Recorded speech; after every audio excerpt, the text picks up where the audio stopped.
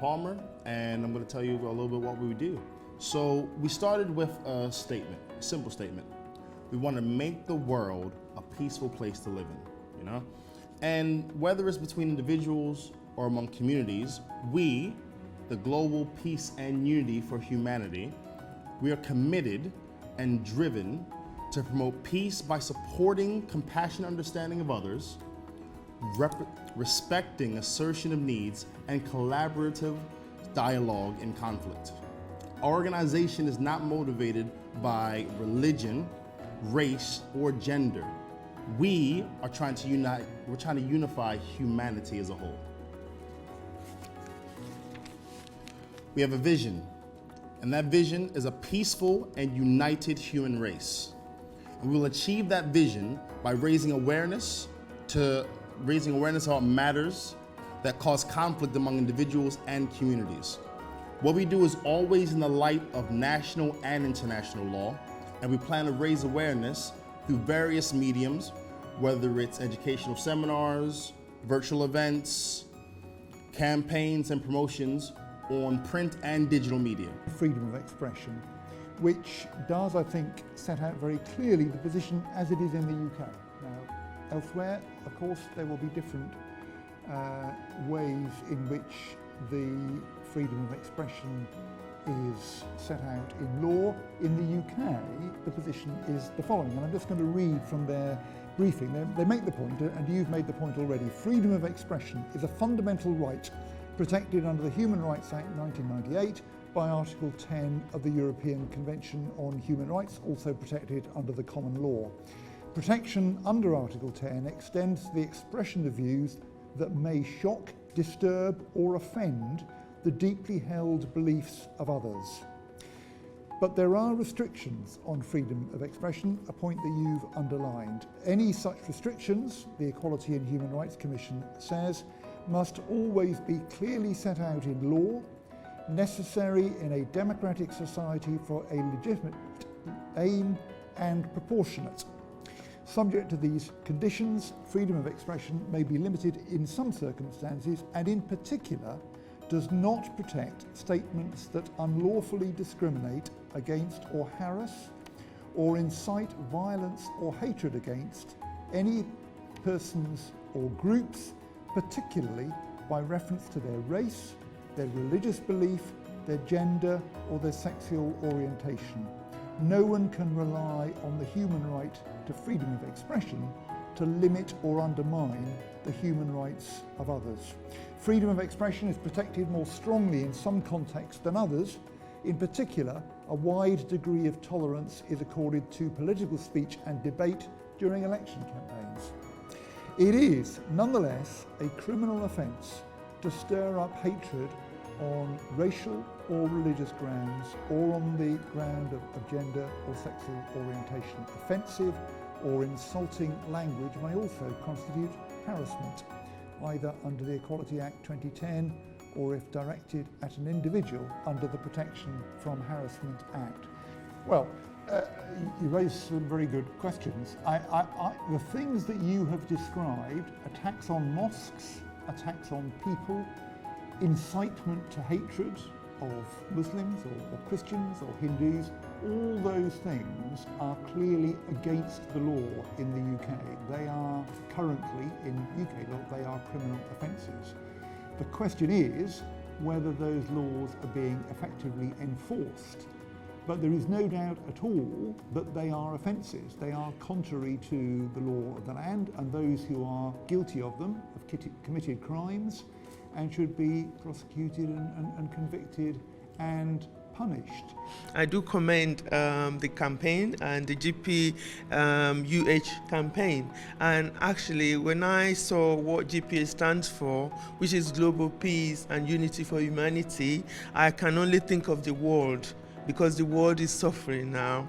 You know, there's a lot of unrest everywhere, and then, you know, if we can look at how we can unify people, individuals, because there's war everywhere. Even if we're talking about freedom of expression, and if you think about London, but then if you think back to Africa, you see that there's huge problem, huge issue that if an organization like this exists, I would really like to be part of it, you know. So, and talking about the video that we've seen, I thought that the right to freedom of expression, I read that all right, and if anybody asked me, I would just say, yes, everybody's got a right, to freedom of expression, and there is the international human rights law that, and I was thinking about in the perspective of when a state does not want anybody to say what they feel they should say, when a state is like not democratic, if it says it's like a dictatorship state, and if the people that actually elected the government in and they're not able to say anything because they can have some serious problem. So that's the bit I thought about. But then when I thought that it's not an absolute right, it's actually thought-provoking, and I see that the video that is done is really powerful, and if I was just looking at it, I would want to find out more. What do you mean that the exercise of this freedom, has responsibility and duties? What do you mean? What do you mean that there are some restriction and penalties, as prescribed by law even? So I personally want to find out more. So I think the campaign is powerful, and it's powerful to the point that whoever is hearing it would want to find out more and how they can contribute to it. But like I said, I can only say that bit, and I am interested in the global peace. Thank you very much, Brother Brenton and your team, for this amazing work in terms of making awareness for this otherwise best message about the freedom of expression. I was just reading Article 10, Section 1, and says everybody has a right to freedom of expression. This right shall include freedom to hold opinions and to receive and impart information and ideas without interference by public authority, regardless of frontiers. I like the way it has been written, but I don't like the way it has been applied.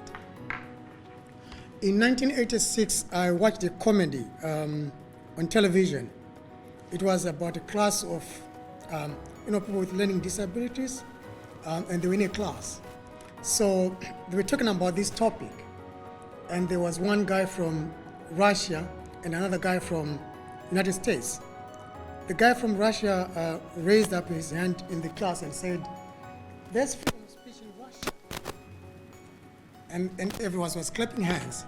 And the other guy from America stood up and said, "Yes, but in America there's freedom after you speak." So you see, the difference between these two is very short, but there's a vast difference in terms of the freedom that you experience after you speak. However, the freedom of speech is almost universal, because I could say anything like my honorable counsel was saying about people insulting something that people hold highly. For example, religion, Prophet Muhammad, Jesus Christ. Some of us hold those values so high, and people are at liberty in this civilized world to insult those people, assuming that the people that they are talking about will be okay. And yet, I will not be okay when you insult what I hold of great value, for example, religion. But the challenge that we have in this, with your program, Brother Brenton, is that the right to express yourself is almost universal in a sense, but the application of it is the challenge. So how then do we overcome this barrier? Well, this is what we are doing. We are trying to overcome it by having awareness. But obviously, you will see as much as we can push this forward, we actually need to do much, much better, because the people that are above us, these are the people that are putting barriers. Because if you read this article further down, Article 2, it says that there are restrictions and penalties. Why would you penalize me for something that I've got a natural right to? Why would I have to restrict myself about things that are natural, that come natural to me? So you find that this infringement, especially in Article 2, can, in some rogue states, like my sisters rightly said, in Africa, for example, in Asia, for example, governments will take these things further and restrict freedoms right from the onset, right in your homestead, right in your family, because they think they hold power. This is a natural right that God has given us. However, in balance, there's an assumption that a person is a reasonable person. Now, you will find if my mom and dad are in a bedroom and I jump in as a young child and say, Mom and Dad, what are you doing? Am I right to say that? Can I get an answer? Probably no. Why? Because I've used my right to expression probably in the wrong manner. So probably in your campaign, what I might rightfully say here or in my submissions is to say there is probably education is needed on both sides, because taking from what Council said, there are people who hold certain values highly, and whenever that conflicts with the existing freedom, that has to be balanced correctly. That way, society becomes a better village to live in. Society becomes a better place to be in. I work with in a community of people from Muslim backgrounds. They take their time to pray every time. That has to be respected in every setting, because that's the only way they can express their freedom. If people are allowed to express themselves in whatever they believe in, that's the only way society can attain that level of freedom that is sustainable for the peace in the entire world. That's my submission. Thank you so much for listening. Thank you very much. It's a pleasure to be here today. First, I would like to say the work of Brendan and GPUH is very admirable. I support it with my mind, soul and heart. So it's very good work. Please continue the good work. And if there's a way I can support it, I'll be more than happy to support. Just a couple of things. Obviously, their aims and objectives are very admirable indeed. British values include individual liberty, leads on to freedom of speech. And when there is freedom of speech, it comes with a responsibility that it doesn't go too far. And prejudice can include race, religion, sexual orientation, age or disability. And hate speech is curtailed by the Section 4 Public Order Act 1986. And I would also like to say, we see often on the television conflict in the Middle East. One nation is referred to as an ally, which means the other nation is a foe. If it's not spoken as foe, I understand it as foe. So you help the ally. So there is unfairness, there's no peace. All humans deserve the basic needs: home, shelter, security, food, water. And next to that is Africa. And Africa is one of the richest and most full of natural resources. But it's a shame that the quality of life in Africa is not as good as it could be. So I'm very saddened by that. But I am hopeful that this can be turned around by initiatives such as GPUH, which I commend very highly. Thank you very much. Thank you very much for inviting me. It's a pleasure to be with you. The video is nice, but you have expressed your freedom. You have your freedom of expression. You are telling about your religion. For me, I have different religion, but I respect all of you. To have a peace, we must have a unity among ourselves, whatever nationality you have. That's my opinion.